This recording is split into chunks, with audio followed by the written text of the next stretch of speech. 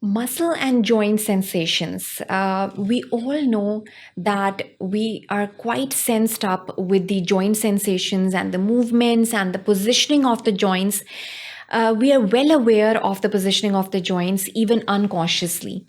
And this happens due to the information that is collected by the spinocerebellar tracts, and it is then sent up to the higher centers of the brain for the further integrative processes.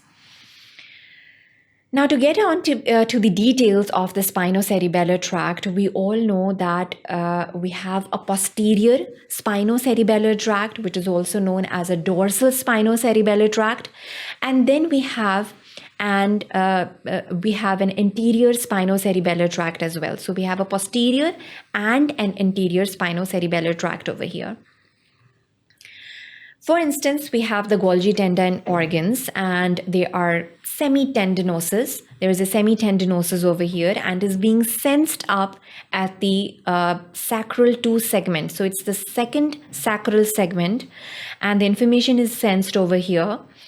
What will happen thereon is that from here on, we can even say that we have a Golgi tendon organ. For instance, we have a quadriceps femoris reflex. So these are the different muscles, and the information regarding the different joints and the muscles is being sensed up by this particular tract, which is known as the spinocerebellar tract. What will happen from there on, the information is being collected through the dorsal root ganglions, and it is going to enter inside the spinal cord. And from here on, we have this particular area, the decussation takes place. Some of the fibers, they get decussated, and these fibers are basically forming the anterior spinocerebellar tract, or which is also known as the ventral spinocerebellar tract. And some of the information it passes on the same side. From here on, this particular tract is known as the dorsal spinocerebellar tract because it is ascending dorsally. And the tracts which is basically present quite anteriorly, this is known as the anterior spinocerebellar tract. So decussation has taken place in the fibers of the anterior spinocerebellar tract, whereas the information is ascending upward in the same direction or on the same side inside the posterior spinocerebellar tracts. Upon entering the brainstem, what will happen is that we see the fibers of the dorsal columns of the spinocerebellar tract, and they're entering the medulla oblongata, they're entering the pons level. And from here on, we'd see that we have some of the fibers that are also joining this particular spinocerebellar tract, this dorsal spinocerebellar tract, from the cuneate nucleus, and then this tract is going to be known as the cuneo-cerebellar tract.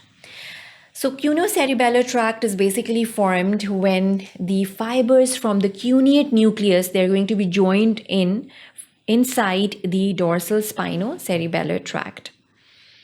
This is basically the accessory cuneate nucleus, and the fibers from here, they join in with the dorsal spinocerebellar tract over here. Herein, we have the posterior thoracic nucleus, which is located quite medially, and this is basically the posterior spinocerebellar fibers in the inferior cerebellar peduncle, and they are basically ending up over here. This is the final destination for the dorsal columns.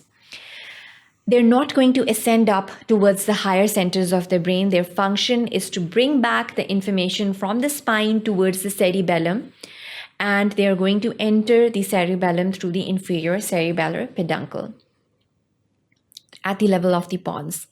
This is the superior cerebellar peduncle located, and we have the dentate nucleus. When we look at a cut section, there are plenty of nuclei that are present at the level of pons, and we should be well versed with the relations of the different nuclei that are present over here. This is the vermis of the cerebellum. And then we have the medial lemnisci. The other side, or the other tract that we were discussing, the anterior spinocerebellar tract, it ascends up to the medial lemniscus, to the level of the pons, and then it enters through the middle cerebellar peduncles, it enters inside the cerebellum. So this is the anterior spinocerebellar tract on the surface of the superior cerebellar peduncle, and it is also going to enter the cerebellum. So the final destination for the anterior and the posterior cerebellar peduncles is the cerebellum, but the roots are quite different, and the fibers of the cuneate nucleus are also entering the dorsal columns. So you have to remember this complete information in this regard, because lesions at different levels are going to exhibit quite differently. As we all know that cerebellum is an organ which is responsible for the coordination and balance in an individual. So if any information is not being carried regarding the muscles or the joints, it can cause a lot of problems. For example, gait disorders, which are seen quite frequently in these particular individuals.